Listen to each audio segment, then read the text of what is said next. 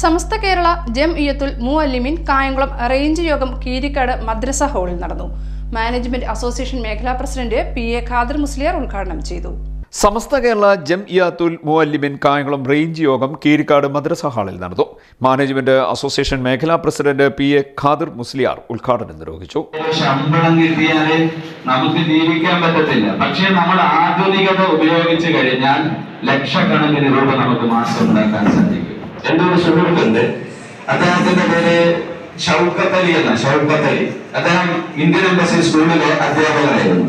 Range president Abdul Khader Darimi അധ്യക്ഷനായി. Secretary M. Abdul വാഹിദ് മൗലവി ആമുഖ പ്രഭാഷണം നടത്തി. അബ്ദുൽ ഖാദർ ദാരിമി മോഡൽ ക്ലാസ് അവതരിപ്പിച്ചു.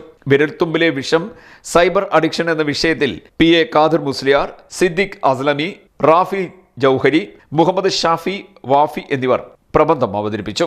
കേന്ദ്ര കൗൺസിൽ ട്രെയിനർ ഹിലാൽ ഹുദവി മോഡറേറ്ററായി. തുടർച്ചയായി 25 വർഷം കായംകുളം റേഞ്ചിൽ പ്രസിഡന്റ് സ്ഥാനം വഹിക്കുന്ന അബ്ദുൽ ഖാദർ ദാരിമിക്ക് ഹിലാൽ ഹുദവി ഉപഹാരം നൽകി.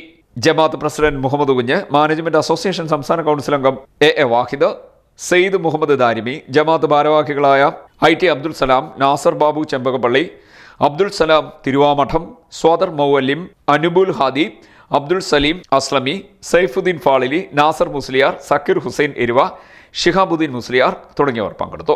സയ്യിദ് അബ്ദുൾ റഹ്മാൻ ബാഫക്കി തങ്ങൾ, മാണിയൂർ അഹമ്മദ് മുസ്ലിയാർ അനുസ്മരണത്തിന് പുതിയവിള മസ്ജിദ് മഖ്ഫിറ ഇമാം ഉവൈസ് ഫൈസി നേതൃത്വം നൽകി.